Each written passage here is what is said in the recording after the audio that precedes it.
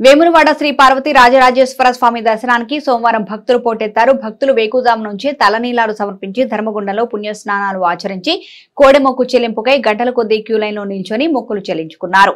భక్తులు అధిక సంఖ్యలో రావడంతో ధర్మదర్శనం, ₹100 శీఘ్ర దర్శనం, కోడెల క్యూలైన్లు పూర్తిగా భక్తులతో నిండిపోయాయి. స్వామివారి దర్శనానికి దాదాపు 4 గంటల సమయం పట్టింది. భక్తుల రాకతో ఆలయ పరిసరాలు కిక్కిరిసిపోయాయి. వాహనాలతో పార్కింగ్ స్థలం పూర్తిగా నిండిపోయింది. రాజన్నను దర్శించుకున్న భక్తులు అనుబంధ ఆలయాలను దర్శించుకుని ప్రత్యేక పూజలు చేశారు. భక్తులకు ఎలాంటి అసౌకర్యం కలగకుండా ఆలయ అధికారులు అన్ని ఏర్పాట్లు చేశారు. ఆలయ ఈవో రామకృష్ణారావు భక్తులు నిల్చొని ఉన్న క్యూలైన్లను పరిశీలించి ఎప్పటికప్పుడు భక్తులకు ఎలాంటి ఇబ్బందులు రాకుండా చూడాలని అధికారులను ఆదేశించారు.